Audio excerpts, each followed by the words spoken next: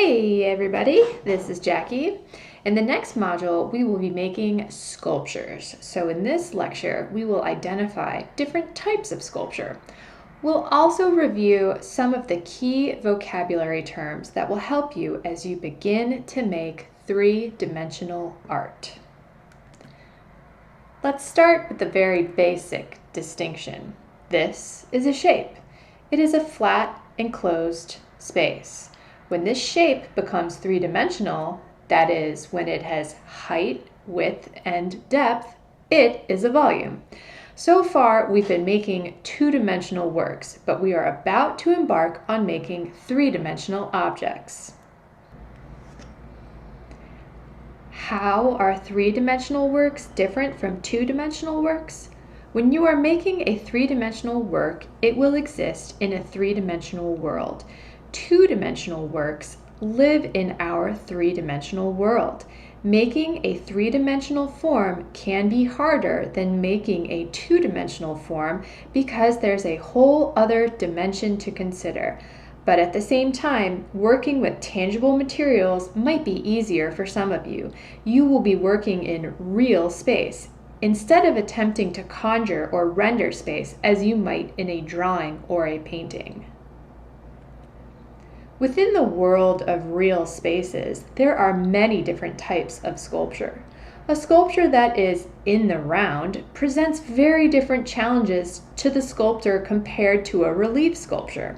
On the left, we are looking at the Winged Nike, a marble sculpture from circa 190 BCE. At the Louvre Museum in Paris, where this sculpture lives, the victorious stance of this goddess enlivens the space that surrounds her on all sides. Because viewers can walk around all sides of this sculpture, it is an in-the-round work.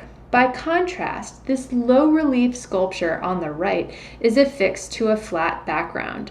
The Renaissance artist Michelangelo made this work, also carved in marble, at the end of the 15th century. He was around 15 years old when he made it, but this work is far from childish or amateur. Working with a very shallow space, Michelangelo skillfully creates depth and the illusion of volume. He used overlapping forms and foreshortening to heighten the space in this low relief carved in marble.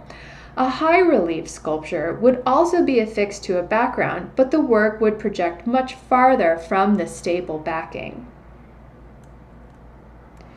We've just looked at the difference between in-the-round sculptures and relief sculptures, but there are even more types of sculptures to discuss. Installation art involves large-scale, mixed-media constructions, often designed for specific places or perhaps for a temporary period of time. These works are sometimes called environments because they usually take up an entire room or a viewer's immediate environment. Here we are looking at Cornelia Parker's installation titled Cold Dark Matter, an Exploded View. A garden shed was exploded per the artist's request, and then the objects have been suspended from the ceiling as if mid-explosion. A single light bulb creates very stark shadows around the room, underscoring the ways that this installation occupies the entire space. Using the land to shape a work of art is called an earthwork. Here we are looking at Robert Smithson's Spiral Jetty. On the northeast shore of the Great Salt Lake, Smithson created a massive spiral with over 6,000 tons of black basalt rock. Nearly 35 feet tall, this giant sculpture, called a subtlety or the marvelous sugar baby, was made inside the historic Domino Sugar Refinery in Williamsburg, Brooklyn, by the American contemporary artist Kara Walker. With the body of a cat, the giant bust, fabricated from white sugar, recalls the racist stereotype of a Black woman. The deeper context for this site-specific work explores the connection between sugar and the transatlantic slave trade. Enslaved Africans were brought to this country to satisfy the desire for sugar in this country.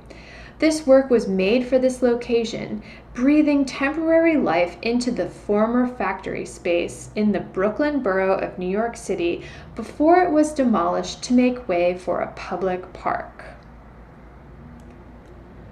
Our sculpture examples today have spanned centuries. One is flat, while the other has depth in all dimensions.